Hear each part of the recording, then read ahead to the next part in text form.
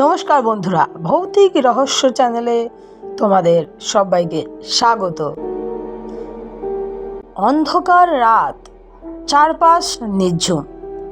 এমন সময় যদি আপনার ঘরের পুরনো টেলিফোনটা হঠাৎ বেজে ওঠে আর ওপাশ থেকে ভেসে আসে এমন এক কণ্ঠস্বর যা আপনার চেনা, কিন্তু সেই মানুষটি আজ আর বেঁচে নেই। আজ আমাদের ভিডিও চ্যানেলে আপনাদের শোনাবো শীর্ষেন্দু মুখোপাধ্যায়ের এক অনন্য সৃষ্টি, টেলিফোন। যারা অতি প্রাকৃত আর রহস্যের টান টান উত্তেজনা ভালোবাসেন, আজকের এই ভৌতিক আখ্যানটি তাদের জন্য। তাহলে চলুন তবে ডুব দেয়া যাক গল্পের গভীরে। টেলিফোন তুলতেই একটা গম্ভীর গলা শোনা যাচ্ছে, 6491 6491 6491। সকাল থেকে ডায়াল টোন নেই। টেলিফোনের হরেক গণ্ডগোল থাকে বটে, কিন্তু এ অভিজ্ঞতা নতুন। গলাটা খুবই যান্ত্রিক এবং গম্ভীর, খুব উদাসীন। প্রদীপের কয়েকটা জরুরি টেলিফোন করার ছিল, করতে পারল না, কিন্তু কথা হলো। একটা অদ্ভুত কণ্ঠস্বর কেবল বারবার 4টে সংখ্যা উচ্চারণ করে যাচ্ছে কেন? এর কারণ কি? ঘড়ির সময় জানার জন্য বিশেষ নম্বর ডায়াল করলে একটা যান্ত্রিক কণ্ঠে সময়ের ঘোষণা শোনা যায় বটে, কিন্তু এ তো তা নয়। মিনিটে মিনিটে সময়ের ঘোষণা বদলে যায়, কিন্তু এই ঘোষণা বদলাচ্ছে না। অফিসে এসে সে তার স্টেনোগ্রাফারকে ডেকে টেলিফোনের ত্রুটিটা এক্সচেঞ্জ জানাতে বলেছিল। তারপর কাজকর্ম নিয়ে ব্যস্ত হয়ে পড়ল। সে একটা মাল্টিন্যাশনাল কোম্পানির বড় অফিসার, বহু বছর দিল্লিতে ছিল, সম্প্রতি কলকাতায় বদলি হয়ে এসেছে। কোম্পানি তাকে বাড়ি, গাড়ি ও টেলিফোন দিয়েছে। তার আগে এই পদে ছিলেন কুরুপ্পু নামে দক্ষিণ ভারতে একজন লোক।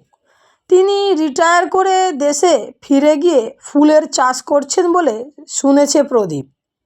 খুবই দক্ষ ও অভিজ্ঞ মানুষ ছিলেন। রিটায়ার করার সময় বয়স হলেও কোম্পানি তাকে ছাড়তে চায়নি, বরং আরও বড় পোস্ট দিয়ে ধরে রাখতে চেয়েছিল। কুরুপ্পু কিছুতেই রাজি হননি। দুপুরের লাঞ্চের আগে সে একটি পার্টিকে একটা বকেয়া বিলের জন্য তাগাদা করতে টেলিফোন তুলে ডায়ালের প্রথম নম্বরটার বোতাম টিপতেই আচমকা সেই উদাসীন, গম্ভীর, যান্ত্রিক কণ্ঠস্বর শুনতে পেল, 6491। তারপরই অবশ্য কণ্ঠস্বর থেমে গেল। প্রদীপ খুবই অবাক হয়েছিল। সামলে নিয়ে বাকি নম্বর ডায়াল করতে রিং বাজলো এবং ওপাশে একজন ফোনও ধরল। প্রয়োজনীয় কথা সেরে নিয়ে প্রদীপ খুব চিন্তিতভাবে অফিসের ইলেকট্রনিক টেলিফোনটার দিকে চেয়ে রইল। এই ফোনেও কণ্ঠস্বরটা এলো কি করে? এসব হচ্ছে কি? কলকাতার বাড়িতে প্রদীপের আত্মীয় স্বজন কেউ নেই। তার মা, বাবা, বোন, ভাই সব দিল্লিতে। সে বিয়ে করেনি, একা থাকে। একজন রান্নার ঠিকে লোক রেঁধে দিয়ে যায়, আর ঘরদোর সাফ করা, বাসন মাজা ও কাপড় কাচার জন্য ঠিকে একজন কাজের মেয়ে আছে। তারা কেউ বাড়িতে থাকে না। আলিপুরের নির্জন অভিজাত পাড়ায় 3 তলায় মস্ত ফ্ল্যাটে প্রদীপ সম্পূর্ণ একা। তবুও প্রদীপ হঠাৎ ফ্ল্যাটের নম্বর ডায়াল করলো এবং শুনতে পেল ওপাশে রিং হচ্ছে। মাত্র 3বার রিং বাজতেই কে যেন ফোনটা ওঠালো, কিন্তু কথা বলল না। প্রদীপ বলল, হ্যালো হ্যালো। কেউ জবাব দিল না। কিছুক্ষণ পর ফোনটা কেউ আস্তে নামিয়ে রাখল। দুপুরবেলাতেও প্রদীপের শরীর হিম হয়ে এলো। এসব হচ্ছেটা কি? যদি রং নম্বরই হয়ে থাকে তাহলেও তো ওপাশ থেকে কেউ না কেউ সাড়া দেবে। বিকেলে পার্টি ছিল। ফ্ল্যাটে ফিরতে একটু রাতই হয়ে গেল, আর ফেরার সময় মাথায় দুশ্চিন্তাটা দেখা দিল। সে অলৌকিকে বিশ্বাসী নয়, কিন্তু কোনো ব্যাখ্যাও তো পাওয়া যাচ্ছে না। দরজা খুলে ফ্ল্যাটে ঢোকার পর একটু গা ছমছম করছিল। তবে আলো জেলে ঝলমলে আধুনিক ফ্ল্যাটটার দিকে চেয়ে তার ভয় ভয় ভাবটা কেটে গেল। তবে ফোনটার ধারে কাছে সে আর গেল না। প্রদীপের গভীর ঘুম ভাঙল রাত 2টো নাগাদ। হলঘরে ফোন বাজছে। ঘুম চোখে সে তড়াক করে লাফিয়ে ওঠে। দিল্লিতে মা বাবার শরীর খারাপ হলো না তো? ফোন ধরতেই শিউরে উঠল সে। সেই যান্ত্রিক উদাসীন গম্ভীর গলা বলতে লাগলো, 6491 6491 6491। ফোনটা রেখে দিল সে। বাকি রাতটা ঘুম আর হলো না। বিছানায় এপাশ ওপাশ করে কাটিয়ে দিল। কলকাতার টেলিফোন ব্যবস্থা যে খুব খারাপ তা প্রদীপ জানত। তবুও সকালে ব্রেকফাস্টের সময় টেলিফোন বেজে উঠতেই প্রদীপ যখন কম্পিত বক্ষে গিয়ে টেলিফোন ধরল, তখন একটি অমায়িক কণ্ঠস্বর বলল, স্যার, আপনি টেলিফোন খারাপ বলে কমপ্লেন করেছিলেন কাল, কিন্তু আমরা টেস্ট করে দেখেছি আপনার লাইনে তো কোনো গন্ডগোল নেই, লাইন তো চালু আছে। কিন্তু আমি যে টেলিফোনে একটা অদ্ভুত গলা শুনতে পাচ্ছি। হয়তো ক্রস কানেকশন হয়ে গিয়েছিল। আমাদের যন্ত্রপাতি সব বহু পুরনো, তাই মাঝে মাঝে ওরকম হয়। আপনি ডায়াল করে দেখুন, এখন দেখুন লাইন ঠিক আছে। বাস্তবিকই লোকটা কানেকশন কেটে দেওয়ার পর ডায়াল টোন চলে এলো এবং অফিসের নম্বর ডায়াল করতেই লাইনও পেয়ে গেল প্রদীপ। ফোন স্বাভাবিক হলো বটে, কিন্তু প্রদীপের মাথা থেকে 6491 গেল না। কাজকর্মের ব্যস্ততার ফাঁকে ফাঁকে নম্বরটা মনে পড়তে লাগলো। এক আধবার প্যাডে নাম্বারটা লিখেও ফেলল। বিকেলের দিকে কয়েকটা চিঠি সই করতে গিয়ে হঠাৎ চিঠির ওপরে টাইপ করা তারিখটা দেখে সে একটু সচকিত হলো। 2491, অর্থাৎ 91 সালের 2রা এপ্রিল। 6491 মানে কি এপ্রিলের 6 তারিখ? কথাটা টিক টিক করতে লাগলো মাথার মধ্যে। অফিস থেকে বেরিয়ে সে গেল একটা ক্লাবে টেনিস খেলতে, তারপর একটা হোটেলে রাতে খাবার খেয়ে ফ্ল্যাটে ফিরে এলো। টেনিস খেলার ফলে ক্লান্ত শরীর খুব ঘুম পাচ্ছিল। শোয়ার আগে সে সভয়ে টেলিফোনটার দিকে চেয়ে রইল। দিল্লিতে ফোন করে মা বাবার একটা খবর নেওয়া দরকার। ফোন করাটা উচিত হবে কি? যদি আবার না, ফোন তুলে ডায়াল টোনটাই পাওয়া গেল। দিল্লির লাইনও পাওয়া গেল একেবারেই। মা বাবা ভাই ও বোনের সঙ্গে বেশ কিছুক্ষণ কথা বলে মনটা হালকা লাগলো। আজ শুয়েই ঘুমিয়ে পড়ল। 3-4 দিনই আর কোনো অস্বাভাবিক ঘটনা ঘটল না। টেলিফোন স্বাভাবিক, দুশ্চিন্তা বা উদ্বেগটাও আস্তে আস্তে সরে যেতে লাগলো মন থেকে। কিন্তু রবিবার সকালে গল্ফ খেলতে যাওয়ার জন্য তৈরি হচ্ছিল প্রদীপ। হঠাৎ টেলিফোন বেজে উঠল।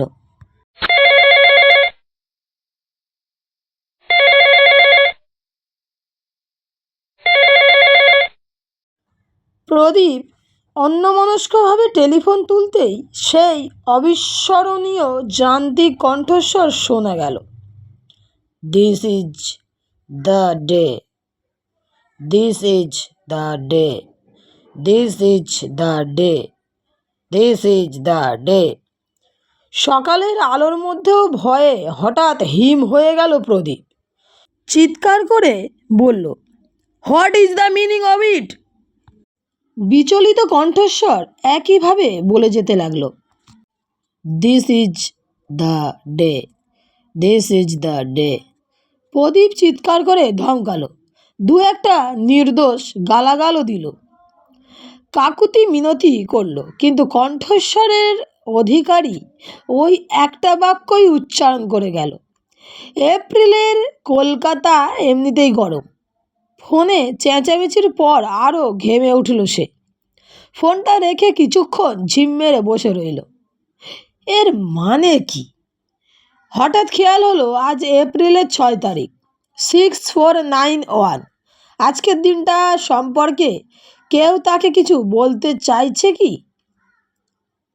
কি বিশেষত্ব এই দিনটার? আজ তো চমৎকার একটা দিন। আজ সারাদিন তার দারুণ প্রোগ্রাম।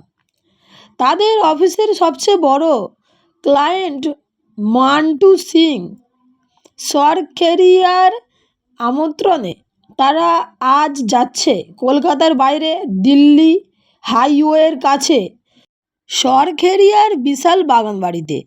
সকালে সেখানে গল্ফ আর টেনিসের আয়োজন, দুপুরে বিশাল লাঞ্চ, সন্ধেবেলায় হাই টি, তারপরও গান বাজনা হবে। একেবারে ডিনার সেরে ফেরার কথা। এমন চমৎকার মজায় ভরা দিনটা নিয়ে চিন্তা করার কি আছে? ফুরফুরে হাওয়ায় হাওড়া ব্রিজ পেরিয়ে দিল্লি রোড হয়ে সরখেরিয়ার বাগানবাড়িতে পৌঁছানোর সময় দুশ্চিন্তাটা কখন উবে গেল। অনেক অতিথি জড়ো হয়েছে, হাসি হট্টগোল চলছে। গল্ফ কিট নিয়ে বেরিয়ে পড়ল প্রদীপ, 1 কাপ কফি খেয়ে নিয়েই। সরখেরিয়ার খামারে পাশেই গল্ফের বিশাল মাঠ, মাঝে মধ্যে ঝোপ জঙ্গল জলা, অনেক গল্ফ খেলোয়াড় জড়ো হয়েছেন। খেলতে খেলতে সব দুশ্চিন্তা সরে গেল মাথা থেকে। বলটা একটা ঝোপ জঙ্গলের মধ্যে দিয়ে পড়েছিল। প্রদীপ বল খুঁজতে সেখানে ঢুকলো। জায়গাটা যেন অন্ধকার ও দুর্গম, কিন্তু জঙ্গলটা এমন জায়গায় যে গর্ত পর্যন্ত যেতে হলে ওই জঙ্গলটি পেরোতেই হবে। সেই জঙ্গলে নিচু হয়ে বলটা খুঁজবার সময় আচমকাই একটা দুরাগত কণ্ঠ যান্ত্রিকভাবে হঠাৎ বলে উঠল, দিস ইজ দ্য ডে। একটা ক্লিক করে শব্দ হলো কোথাও। সন্দেহজনক কিছু নয়, কিন্তু হঠাৎ প্রদীপের ষষ্ঠ ইন্দ্রিয় যেন কিছু জানান দিল। সে বিদ্যুৎ গতিতে মাটিতে উপুর হয়ে শুয়ে পড়ল, আর সঙ্গে সঙ্গেই বজ্রপাতের মতো একটা বন্দুকের শব্দ হলো। গাছের গোটা কয়েক ডাল প্রচণ্ড শক্তিশালী বুলেটের ঘায়ে ভেঙে পড়ল। তারপরই এক জোড়া পায়ের দ্রুত পালানোর শব্দ।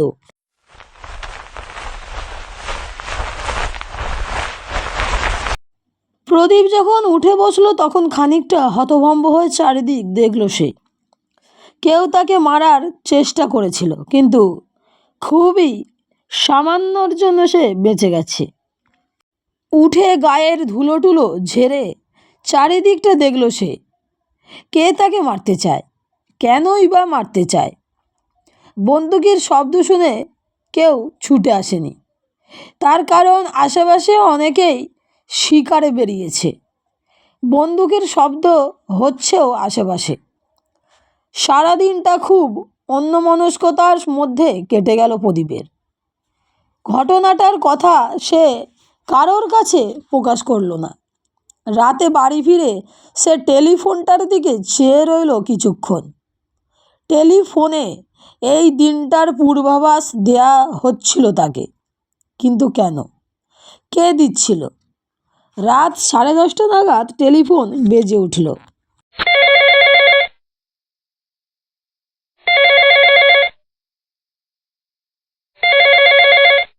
সব হয়ে টেলিফোন ধরল প্রদীপ। হ্যালো। ওপাশ থেকে একটি ভরাট গলা তার নম্বরটা উচ্চারণ করে ইংরেজিতে জিজ্ঞেস করলো, এই নম্বর তো? হ্যাঁ, আপনি কে? আমি করুপ্পো। আপনি কে? আমি প্রদীপ রায়। ও হ্যাঁ, আমি আপনার নাম জানি। দিল্লিতে ছিলেন? শুনুন, জরুরি একটা কথা আছে। সরখেরিয়ার 1,24,00,000 টাকার একটা বিল আছে। আপনি কি সেটা পাস করে দিয়েছেন? না, বিলটা একটু ইরেগুলার। ক্লারিফাই করার জন্য ডিপার্টমেন্টকে বলেছি। খুব ভালো। এই বিলটা একদম জালি, কিন্তু বিলটা আটকালে আপনার বিপদ হতে পারে। সরখেরিয়া বিপজ্জনক লোক। বোধহয় আপনি ঠিকই বলছেন। আজ কেউ আমাকে খুন করার চেষ্টা করেছিল। হ্যাঁ, এরকম ঘটনা আরও ঘটতে পারে, কিন্তু ভয় পাবেন না। টেলিফোনটার দিকে মনোযোগী থাকবেন। এইবার প্রদীপ চমকে উঠে বলে, হ্যাঁ হ্যাঁ হ্যাঁ হ্যাঁ হ্যাঁ হ্যাঁ হ্যাঁ, টেলিফোনেও একটা অদ্ভুত কাণ্ড হচ্ছে। কুরুপ্পু স্নিগ্ধ গলায় বললেন, জানি মিস্টার রায়, ভূত মাত্রই কিন্তু খারাপ নয়। অন্তত এই ফ্ল্যাটটায় যে থাকে সে খুবই বন্ধুভূত। তাকে অবহেলা বা উপেক্ষা করবেন না, ভয়ও পাবেন না। তাহলেই নিরাপদে থাকতে পারবেন। বিপদের আগেই সে সাবধান করে দেবে। আমাকেও দিত, তার পরামর্শেই আমি রিটায়ার করে ফুলের চাষে মন দিয়েছি। আচ্ছা, গুড নাইট।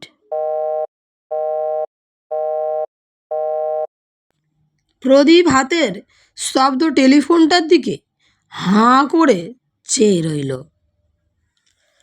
বন্ধুরা, গল্পটি এখানেই শেষ। গল্পটি তোমাদের কেমন লেগেছে আমাকে অবশ্যই কমেন্টে জানিও। ভালো লেগে থাকলে বন্ধুদের সঙ্গে শেয়ার করে চ্যানেলটি সাবস্ক্রাইব করে লাইক করে আমার পাশে থেকো, যাতে আরও নতুন নতুন গল্প তোমাদের আমি শোনাতে পারি। তাহলে বন্ধুরা, আজকের মতো বিদায়। সবাই ভালো থেকো, সুস্থ থেকো, সবাইকে ভালো রেখো।